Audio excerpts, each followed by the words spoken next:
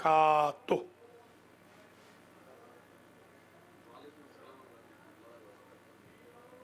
ایھا الاخوہ والاخوات، معزز علماء کرام، زعماء ملت، سادات کرام، مومنین و مومنات، سب سے پہلے تو میں شکر گزار ہوں حجت الاسلام والمسلمین حضرت مولانا الحاج سید محمد اسلم رضوی سلمہ الرحمن من آفات الزمان اور علی عباس وفا صاحب سلمہ الرحمن کا، اور چینل کے تمام احباب کا کہ آپ نے مجھے موقع فراہم کیا کہ دو بزرگ علماء، خطباء، خدمت گزاران مکتب اہل بیت اور خادمان منبر حسینی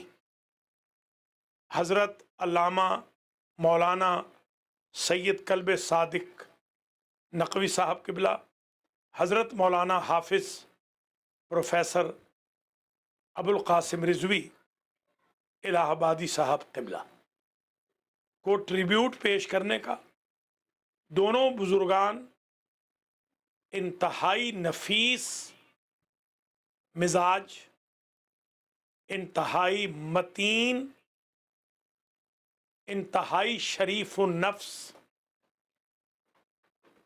جن کے وجوہ عالیہ سے سیادت اور قیادت نمایاں ہوتی تھی۔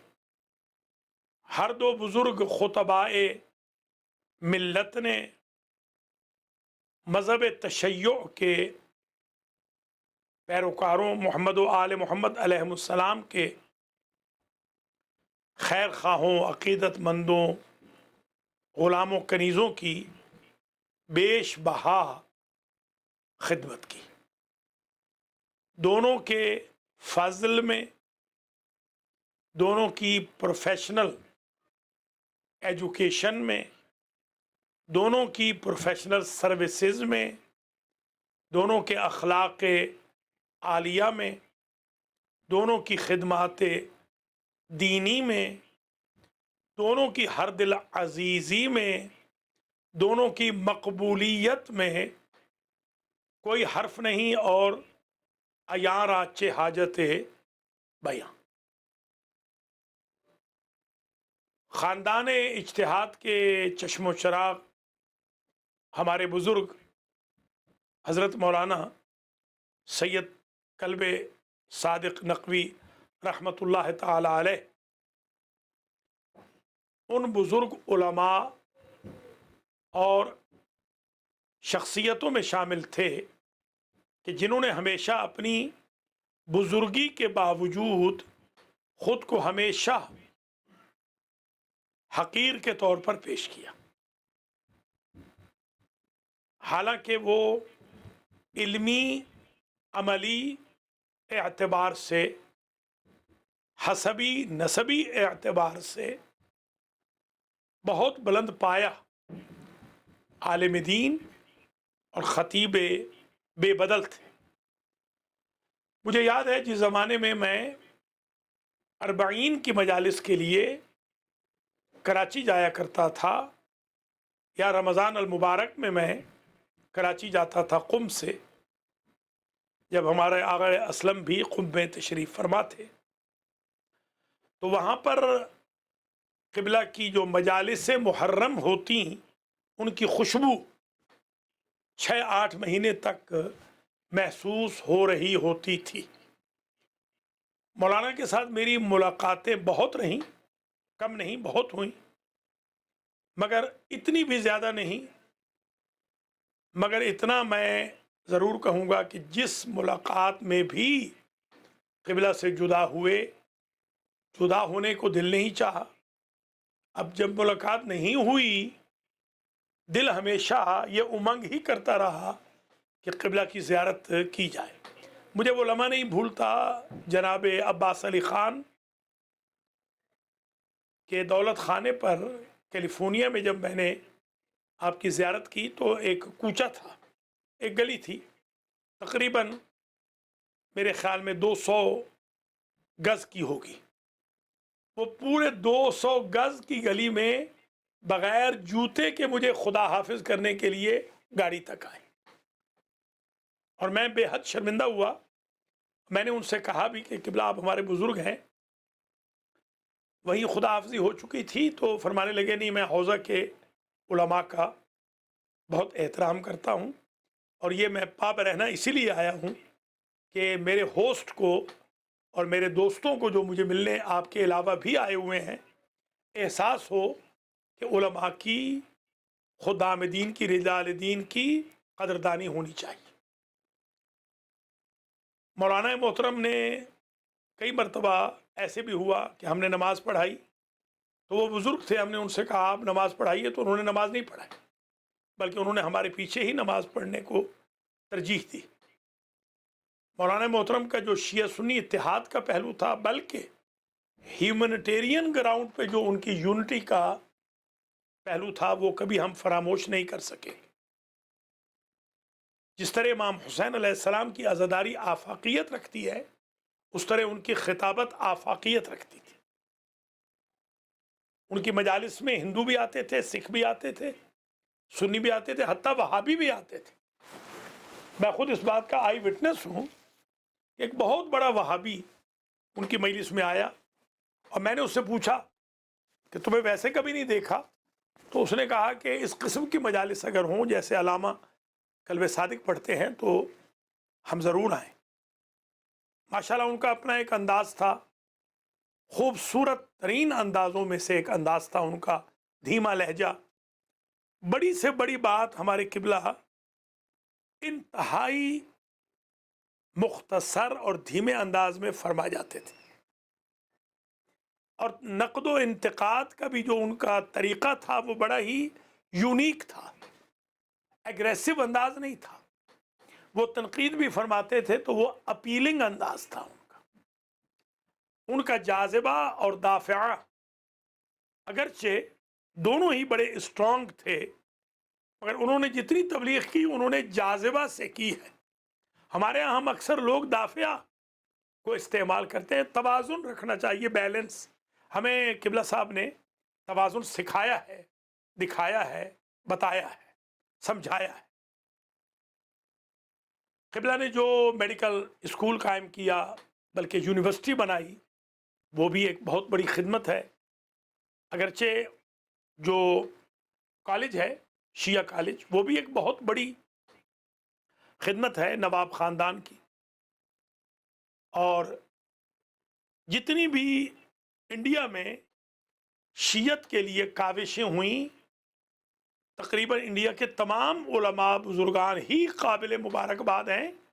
مگر میں ان کی روح پرفتوح کو سلام اور سیلوٹ پیش کرتا ہوں، ٹریبیوٹ پیش کرتا ہوں اس ہستی کو جنہوں نے حوزے اور دانشگاہ کو، مدارس کو اور یونیورسٹیز کو ملا دیا. جو اسپانسرشپ کا پروگرام انہوں نے رکھا، یتیم، نادار، غریب، مسکین، فقیر طبیعت بچے، جوان جو بھاری بھرکم فیسیں نہیں بھر سکتے تھے، وہ ان کو اپنا بیٹا سمجھ کے، بیٹی سمجھ کے اسپانسر کرواتے. اور میں نے ان کے جو شجرہائے دراز قامت ہیں، جو ثمر آور ہو چکے ہیں، ان کو خود دیکھا ہے. Doctors, engineers, professors, I T میں اسپیشلسٹ وغیرہ وغیرہ، جو آج کم از کم سینکڑوں تو ہوں گے، ہزاروں نہیں تو، جو پروفیشنل ایجوکیشن حاصل کر کے اپنے اپنے خاندانوں کے لیے اور سوسائٹی کے لیے اور شیعہ قوم کے لیے ایک بہترین ایسٹ، اثاثہ بن چکے.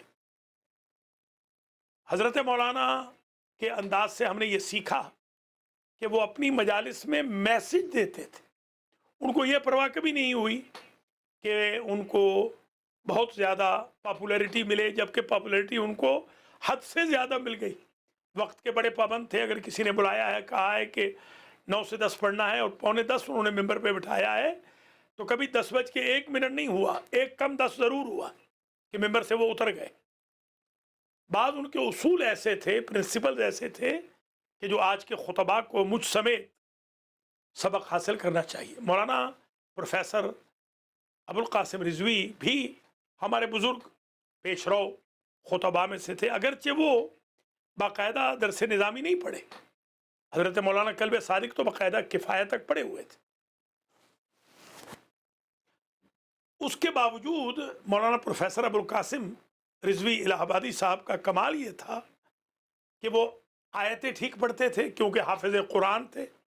افسوس ہے کہ ان کی زندگی کے بعد لوگوں نے ان کو حافظ قرآن کہا. یہ ہماری قوم کا ایک المیہ ہے. بہت سارے مجتہد جب ہمارے دنیا سے چلے گئے ساری زندگی مولوی کہتے رہے، اور جب چلے گئے تو اب وہ آیت اللہ اور آیت اللہ العظمیٰ ان کو لکھنے لگے. ایسا لگتا ہے کہ ہمارے بر صغیر والے مرحوم پسند ہیں. وہ چاہتے ہیں کہ بندہ مرحوم ہو تب ان کو کوئی مقام دیا جائے. ان کی زندگی میں بتانا چاہیے تھا کہ وہ حافظ قرآن ہیں. ان کا تعارف جب کرانا چاہیے تھا، جیسے ہمارے علی عباس وفا حافظہ اللہ تعارف کراتے ہیں تو بڑا خوبصورت تعارف کراتے ہیں. البتہ یہ ضرور ہے کہ بعض اوقات انہیں معلوم نہیں ہوتا بعض لوگوں کے بارے میں، تو ٹھیک ہے، بہرحال ان کا انداز بہت اچھا ہے. تو ہمیں چاہیے کہ ان کا تعارف زندگی میں کرائیں. مولانا فرمان صاحب تھے، ڈاکٹر بھی تھے، پی ایچ ڈی بھی تھے. ان کے بارے میں حافظ قرآن ہونے کا کسی کو پتہ ہی نہیں تھا. بہت سارے ہمارے حفاظ قرآن ہوتے ہیں مگر علم نہیں ہوتا لوگوں کو. بتانا چاہیے.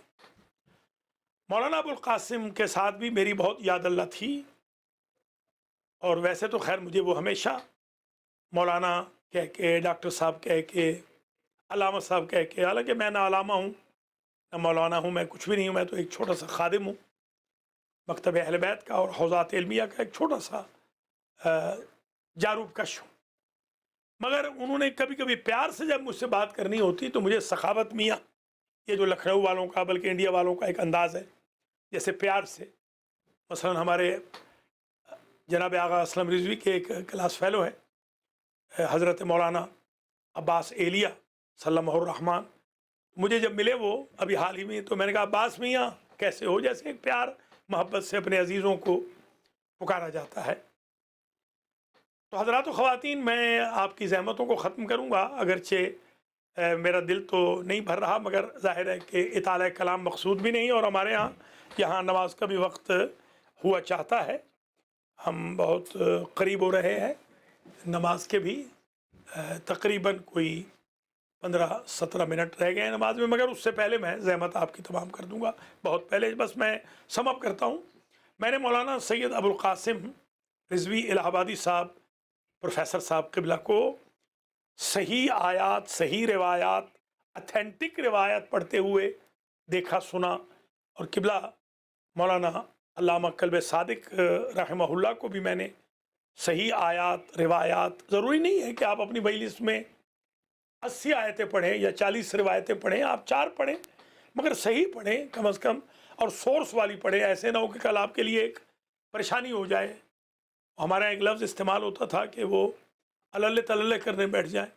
تو یہ ان دونوں بزرگوں کی بڑی خوبی تھی کہ وہ کوئی ایسی چیز نہیں پڑھتے تھے کہ جو ایگزسٹ نہ کرتی ہو یا روایتاً درایتاً ضعیف ہو.